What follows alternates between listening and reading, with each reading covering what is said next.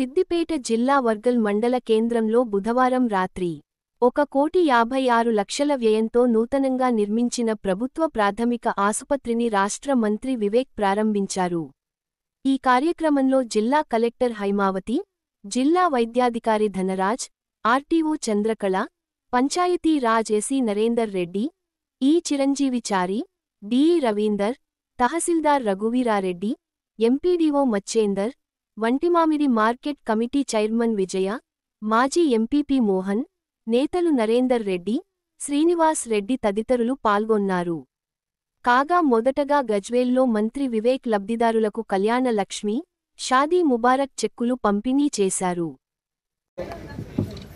కొత్త పిహెచ్సి 1,38,00,000తోని ఈ బిల్డింగ్ కట్టడం జరిగింది.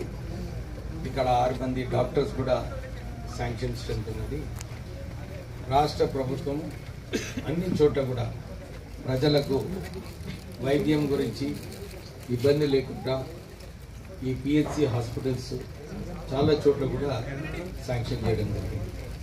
కలెక్టర్ గారు ఈ బిల్డింగ్ కూడా తొందరగా కట్టాలి, ప్రజలకు ఉపయోగపడుతుందని చెప్పి ఈ బిల్డింగ్ వేగవంతంగా పనిచేపించి ఈ బిల్డింగ్ పూర్తిగా కావడం.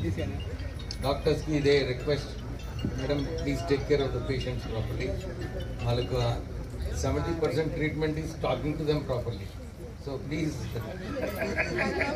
have patience, listen to the complaints and వారికి సైకలాజికల్ ట్రీట్మెంట్ ఇస్తే సగం జబ్బు పోతుంది.